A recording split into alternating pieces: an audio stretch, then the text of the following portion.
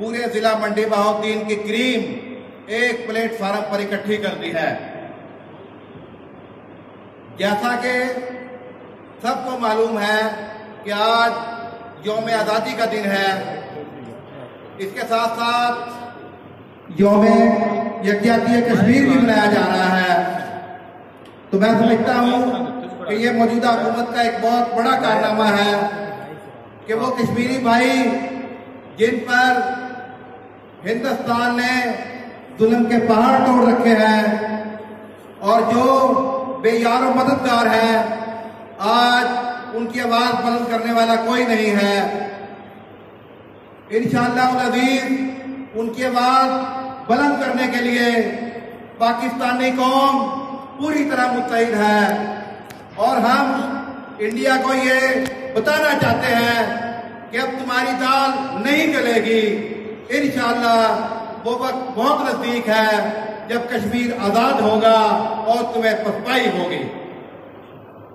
इसके बाद हमारे तेज सेक्रेटरी साहब ने एक बात की कि शहजाद साहब से उनकी मुखालफत होती रहती है, तो इस सिलसिला में मैं एक शेर पढ़ना चाहता हूं। सबसे पहले एक शेर पढ़ूंगा शहजाद साहब के लिए कि दुश्मनों की भीड़ में रास्ता बनाकर चलता हूं, दुश्मनों की भीड़ में रास्ता बनाकर चलता हूं, यारों का मैं यार हूं, सर उठाकर चलता हूं।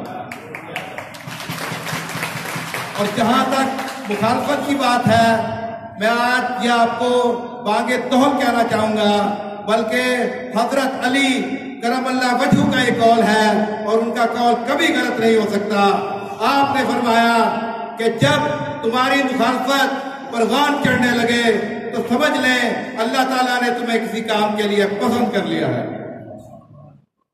आज इस प्लेटफार्म से एक आवाज होकर आइए हम अहद करें कि पाकिस्तान की बका के लिए, पाकिस्तान की सलामती के लिए और पाकिस्तान का दिफा नाकाबिले तस्कीर बनाने के लिए अपना किरदार अदा करेंगे और कश्मीरी भाइयों के लिए जिन पर जुल्म हो रहा है उनके लिए आवाज बुलंद करते रहेंगे।